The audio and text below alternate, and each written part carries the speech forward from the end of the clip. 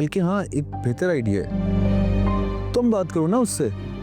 हाँ, मैं उससे बात नहीं कर सकती। क्यों नहीं बात कर सकती? तुम लोग दोस्त हो, बल्कि दोस्त क्या, तुम लोग कजन्स हो यार। तुम्हारा बात करना क्यों बुरा लगेगा उससे? कोई भी लड़की अपना हस्बैंड शेयर नहीं कर सकती, इसमें दोस्ती कोई मायने नहीं रखती।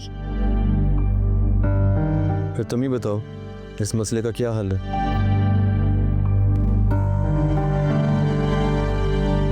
तलाक दे दो उम्र को। तलाक?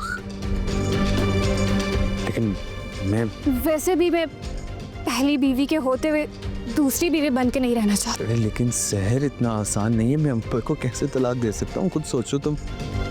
ये सब तुम्हें मुझसे मोहब्बत करने से पहले सोचना चाहिए था ना। अब ये तुम पे है मिस्टर हसन। या तो काश के सहारे पूरी जिंदगी गुजार, या तो हिम्मत करके इस मसले को हल कर।